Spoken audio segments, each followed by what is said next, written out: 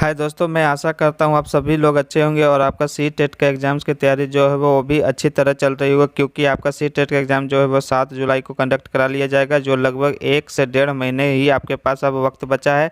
इसीलिए मैं भी लगातार इंपॉर्टेंट क्वेश्चन के सीरीज़ लगातार डाल रहा हूँ, जो हिस्ट्री, जियोग्राफी और पॉलिटी का सभी का जो प्लेलिस्ट बना दिया गया है। ठीक है, चलिए ज़्यादा टाइम को वेस्ट न करते हुए आज की क्लास शुरू करते हैं। आज का पहला सवाल आप यहाँ पर देख पा रहे होंगे कि पृथ्वी के परत को क्या कहते हैं, पृथ्वी के बाहरी परत को क्या कहते हैं। जैसा कि आपको पता होगा, पृथ्वी जो है, पृथ्वी के आंतरिक भाग में जो है वो कई लेयर में बटा हुआ रहता है अंदर में। तो चलिए इसी को अच्छी तरह से विश्लेषण करके देख लेते हैं। देखिए, यह है पृथ्वी का आंतरिक भाग। ठीक है, पृथ्वी यहाँ से लेके यहाँ तक जो है कई लेयर में बटा होता है। देखिए, ये यहाँ से यहाँ, यहाँ से यहाँ और यहाँ से यहाँ। ठीक है, तो देखिए यहाँ से यहाँ को भाग को सियाल कहते हैं, फिर नीचे वाले भाग को सीमा, और उससे सबसे नीचे केंद्र तक आने पर उसको कहते हैं नीफे। ठीक है, तो देखिए सियाल किसको कहते हैं, सियाल मतलब होता है SI से सिलिकॉन और AL से एल्युमिनियम। उसी तरह SI से सिलिकॉन और MA से मैग्नीशियम, और यह नीफे से निकेल और Fe से आयरन। ठीक है, तो यहाँ से यहाँ टोटल 3 भागों में बटा हुआ है। उसी तरह पृथ्वी के सबसे ऊपरी भाग को हमसे पूछा है, ठीक है, जिस पर हम लोग रहते हैं। देखिए यहाँ पहाड़ है और ये समतल भूमि है जिस पर हम लोग रहते हैं। तो देखिए सबसे ऊपरी भाग को जो है वो यहाँ पर देख पा रहे होंगे, क्या कहते हैं, क्रस्ट कहते हैं। क्या कहते हैं, क्रस्ट। फिर उसके नीचे भाग को क्या कहते हैं, मेंटल। फिर उससे लेकर के केंद्र तक के भाग को क्या कहते हैं, कोर कहते हैं। ठीक है, तो हमसे यही सवाल पूछा था कि पृथ्वी के सबसे ऊपरी परत को, पृथ्वी के सबसे ऊपरी परत को क्या कहते हैं, क्रस्ट कहते हैं। इंग्लिश में क्रस्ट और हिंदी में इसी को क्या कहते हैं, भूपर्पटी कहते हैं। क्या कहते हैं, भूपर्पटी। ठीक है, देखिए हमसे क्वेश्चन क्या पूछा था, पृथ्वी के बाहरी परत को क्या कहते हैं। तो पृथ्वी के बाहरी परत को क्या कहते हैं, भूपर्पटी हिंदी में, और इंग्लिश में इसी को क्रस्ट।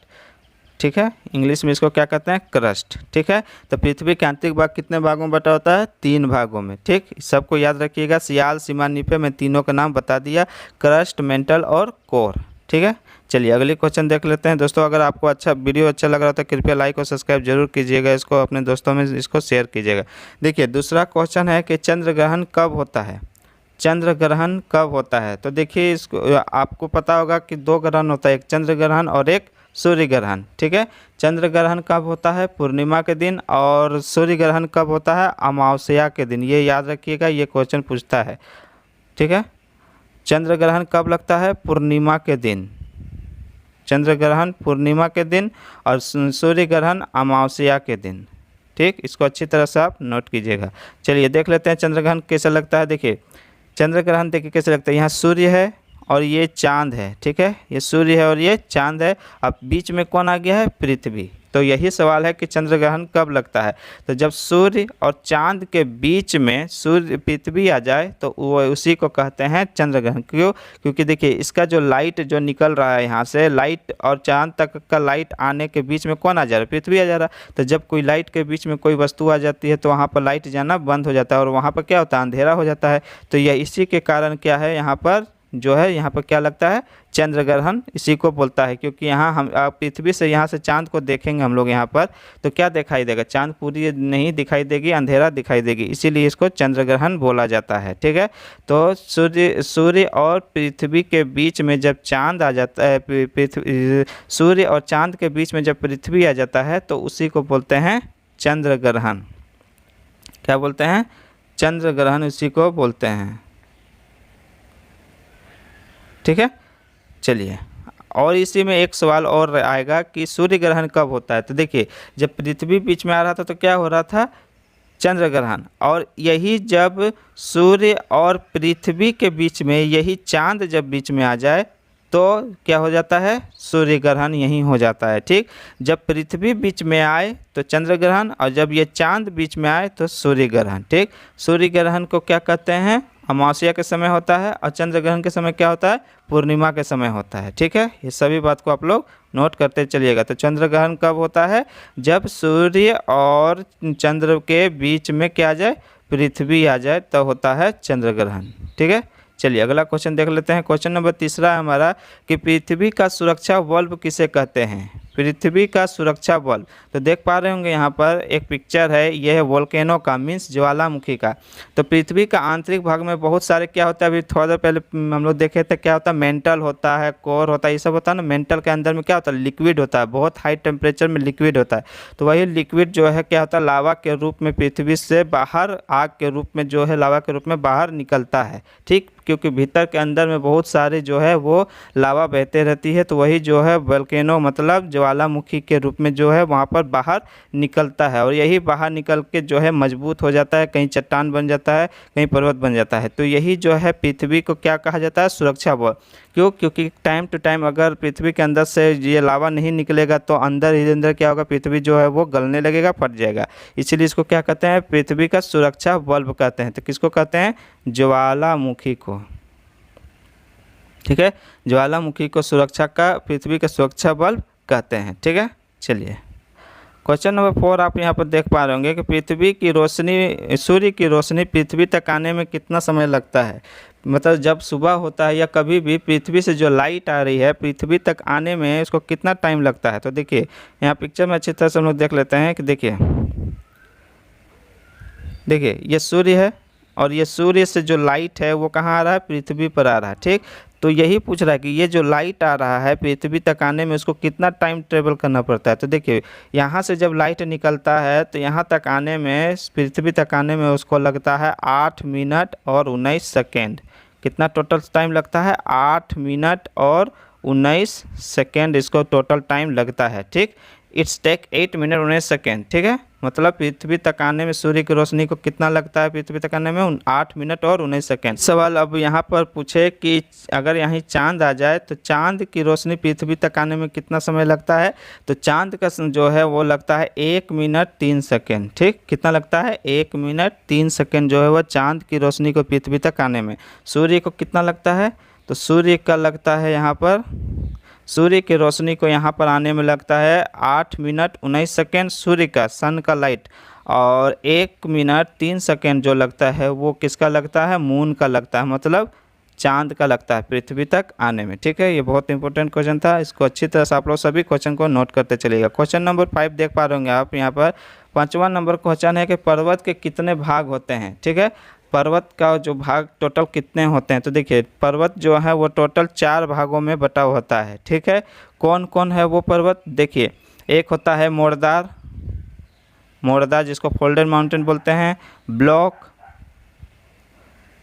ज्वालामुखी, जो अभी मैंने बताया कि ज्वालामुखी से जो लावा निकलता है उसी के जमने से क्या होता है, पर्वत का निर्माण होता है, ज्वालामुखी पर्वत, और लास्ट में अवशिष्ट पर्वत, ठीक है। टोटल कितने पर्वत होते हैं, 4 पर्वत होते हैं। पर्वत जो है वो टोटल कितने मेनली टाइप के होते हैं, 4 टाइप के होते हैं। फोल्डेड माउंटेन जिसको मोड़दार पर्वत, ब्लॉक पर्वत, ज्वालामुखी पर्वत और अवशिष्ट पर्वत, ठीक है। तो टोटल कितने हो गए, 4 पर्वत हो गए, ठीक है। चलिए क्वेश्चन नंबर अगला देख लेते हैं, अपसोर किसे कहते हैं। अपसोर, ठीक है। देखिए 2 चीज़ होता है, एक होता है अपसोर, एक होता है उपसोर, ठीक। देखिए इसको अच्छी तरह से देख लेते हैं। जब ये पृथ्वी है अर्थ और ये सूर्य है, ठीक है, पृथ्वी और सूर्य के मध्य में जब पृथ्वी और सूर्य, जब पृथ्वी जो है सूर्य से जब दूर हो जाए, जब ज़्यादा दूर हो, दूरी पर हो, ठीक है।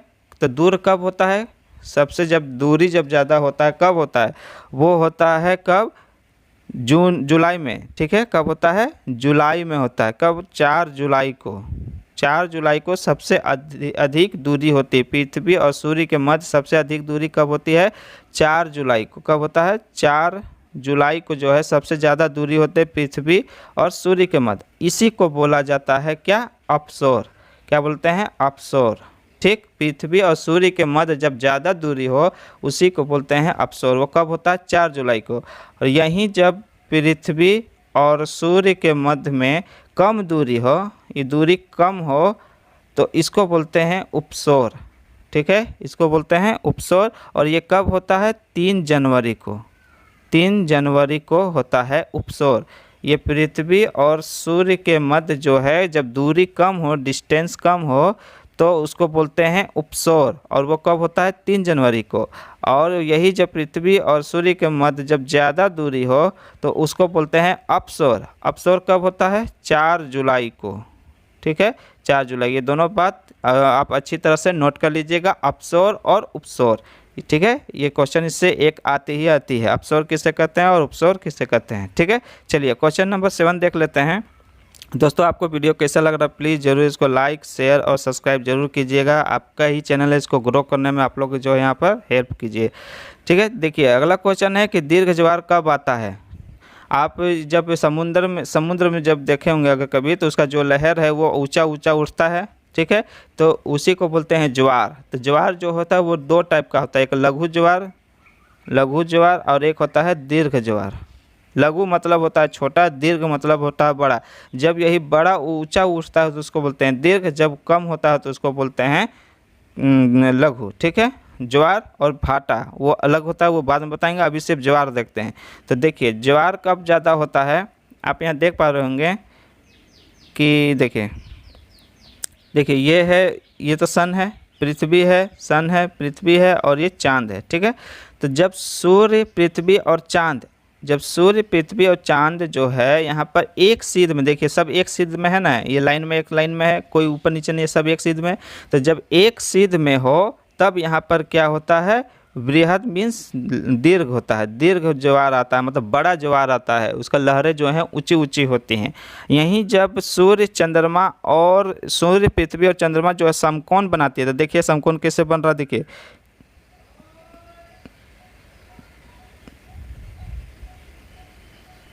देखिए ये सूर्य है, ये चांद, ये पृथ्वी है और ये चांद है, देखिए ऐसे है ना, सूर्य है, पृथ्वी है, चांद है, ऐसे बन रहा।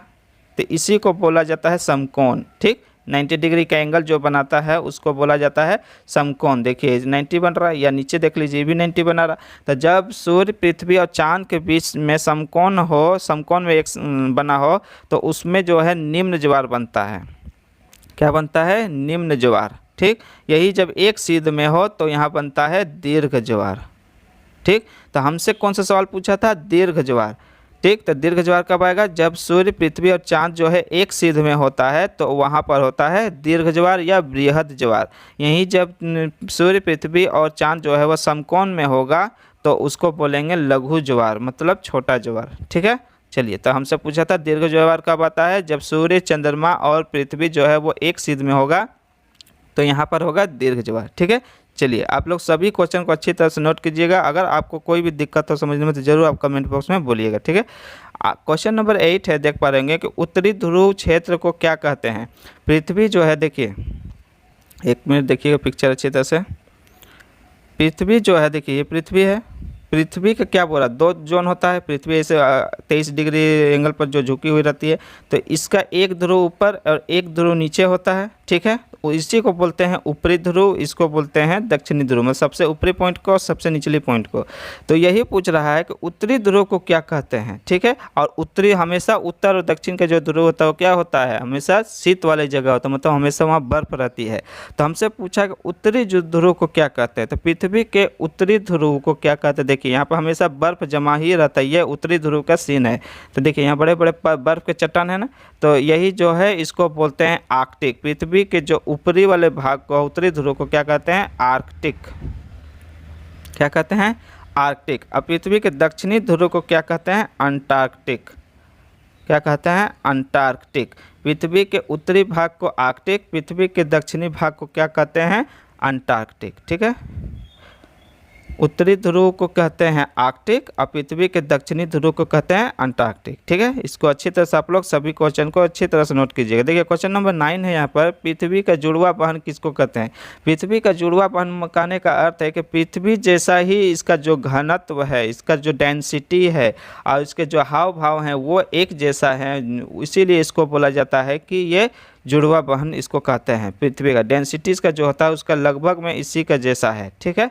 तो देखिए पृथ्वी, आप यहाँ सोलर सिस्टम देख पा रहे होंगे, सोलर सिस्टम को याद हमेशा अच्छी तरह से कर लीजिएगा। इसका जो अरेंज किया हुआ है ये, इसको अच्छी तरह से आप लोग याद कीजिए, क्योंकि इससे एक सवाल आता है, कौन बड़ा है, कौन छोटा है, कौन पहले आता है, कौन बाद में आता है, ये पूछता है। देखिए सूर्य के बाद बुध, बुध के बाद शुक्र, शुक्र पृथ्वी, मंगल बृहस्पति, शनि, अरुण, वरुण, ठीक है, ये सब सजा हुआ है। तो हमसे कौन पूछा है, देखिए यहाँ पर पृथ्वी है और ये शुक्र है। तो देखिए ये देखिए पृथ्वी और शुक्र जो है इनका जो डेंसिटी है ये दोनों का जो है वो सेम होता है, आकार भी लगभग में सेम होता है। इस वजह से जो है पृथ्वी सूर्य को जो है पृथ्वी का क्या कहा जाता है, जुड़वा बहन कहा जाता है। ठीक है, सबसे चमकीला ग्रह भी शुक्र को ही कहा जाता है और सुबह का तारा और भोर का तारा जो है उसको सूर्य को ही कहा जाता है। ठीक है, ये सब नोट कर लीजिएगा अच्छी तरह से, क्योंकि इससे सवाल आता ही आता है। और इससे भी ये भी आता है कि सूर्य के बाद कौन आता है, तो बुध आता है, उसके बाद कौन आता है, शुक्र आता है। इससे भी सवाल एक देखने को आपको एग्जाम्स में जरूर देखने को मिलेगी। इसलिए अभी जो मैं विश्लेषण करता हूँ उसको अच्छी तरह से आप लोग को जो अपने नोटबुक में इसको नोट करते चलिएगा। चलिए क्वेश्चन नंबर 10 देख लेते हैं कि उत्तरी गोलार्ध में बड़ा दिन कब होता है। देखिए पृथ्वी जो है, देखिए पृथ्वी जो है 2 गोलार्ध में होता है। हालांकि ऐसे तो 4 गोलार्ध होता है, लेकिन देशांतर और जब अक्षांश होता है तो उसको 2 भाग में बांटते हैं। तो ये जो है अक्षांश में बटा हुआ है, तो अक्षांश जो है 2 भाग में, देशांतर भी 2 भाग में। तो अक्षांश जो ऊपर वाला भाग है उसको उत्तरी अक्षांश बोलते हैं और नीचे वाला भाग को क्या कहते हैं, दक्षिणी अक्षांश कहते हैं। ठीक है, दक्षिणी अक्षांश कहते हैं। तो इसी को गोलार्ध में 2 भाग गोलार्ध में है। और देखिए पृथ्वी के ऐसे 2 भाग में बांटेंगे तो इसको बोलते हैं उत्तरी गोलार्ध। क्या कहते हैं, उत्तरी गोलार्ध। और नीचे वाला भाग को कहते हैं दक्षिणी गोलार्ध। ठीक है, तो उत्तरी गोलार्ध में सबसे बड़ा कौन सा दिन होता है। तो हम इससे एक सवाल भी आता है कि भारत जो है वो कौन सा गोलार्ध में आता है। तो भारत जो है वो उत्तरी गोलार्ध में ही आता है। अफ्रीका भी जो है उत्तरी गोलार्ध में आता है, लेकिन एशिया जो है वो किस गोलार्ध में आता है, वो पूर्वी गोलार्ध में आता है। ये हो गया पश्चिमी गोलार्ध और ये हो गया पूर्वी गोलार्ध। तो ये पूर्वी गोलार्ध में एशिया आता है। तो हमसे भारत पूछ रहा है, भारत किस में है, तो भारत जो है वो उत्तरी गोलार्ध में आता है। किस में आता है, ये उत्तरी गोलार्ध में। तो उत्तरी गोलार्ध में जो है सबसे बड़ा दिन आता है 21 जून को। कब आता है, 21 जून को। पृथ्वी का उत्तरी गोलार्ध में जो है वो सबसे बड़ा दिन कब आता है, वो उत्तरी 21 जून को सबसे बड़ा दिन। सबसे बड़ा दिन जो है वो कब आता है, 21 जून को है वो सबसे। और 23 दिसंबर को जो है वो दक्षिणी गोलार्ध में सबसे बड़ा दिन होता है। 23 दिसंबर जो है दिसंबर वो दक्षिणी गोलार्ध में सबसे बड़ा दिन। दो इसमें क्वेश्चन है कि उत्तरी गोलार्ध में सबसे बड़ा दिन कब होता है, तो 21 जून को। दक्षिणी गोलार्ध में सबसे बड़ा दिन कब होगा, तो 23 दिसंबर को। ठीक है, और मैंने सारा चीज़ बता दिया, उत्तरी गोलार्ध, दक्षिणी गोलार्ध, अक्षांश, देशांतर सभी मैंने इसमें डिस्कस कर दिया। तो सभी को आप लोग अच्छी तरह से इसमें नोट कर लीजिएगा और उसको रिवीजन करते रहिएगा। ठीक है, क्योंकि आपको एग्जाम्स में यही नोटबुक आपको काम आने वाली है। तो दोस्तों ये आखिरी क्वेश्चन थी। अब आपसे एक रिक्वेस्ट है, ये जो क्वेश्चन है इसका आंसर आपको कमेंट बॉक्स में देना है। जिनका भी आंसर सही होगा वो उनको मैं आंसर जो है वो पिन कर दूंगा। देखिए आपको कौन सा आंसर देना है कि बोना ग्रह कौन सा है, बोना ग्रह किसको कहा जाता है, ये आपको बताना है। ठीक है, बोना ग्रह का नाम बताना है कि कौन है बोना ग्रह। ठीक है, इसका आंसर जो है आपको कमेंट बॉक्स में देना है। तो देखिए आप लोग को अगर ये वीडियो अच्छा लगता हो तो कृपया इसको जो है आप लाइक, शेयर और सब्सक्राइब जरूर से ज़रूर कीजिएगा। ये क्योंकि यही जो है आप ही का एक लाइक और कमेंट जो है वो मुझे क्या करेगा, आगे मोटिवेट करेगा वीडियो को बनाने के लिए, ताकि आपका एग्ज़ाम्स तक आपके सभी जो है क्वेश्चन जल्दी कंप्लीट हो जाए और आपका मार्क्स जो है 60/60 मैं लाने की पूरी कोशिश कर रहा हूँ। आपका काम है इस वीडियो को देखिए और उसको अच्छी तरह से प्रैक्टिस करते रहिए। ठीक है, चलिए मिलते हैं अगली वीडियो में, तब तक के लिए थैंक यू, धन्यवाद।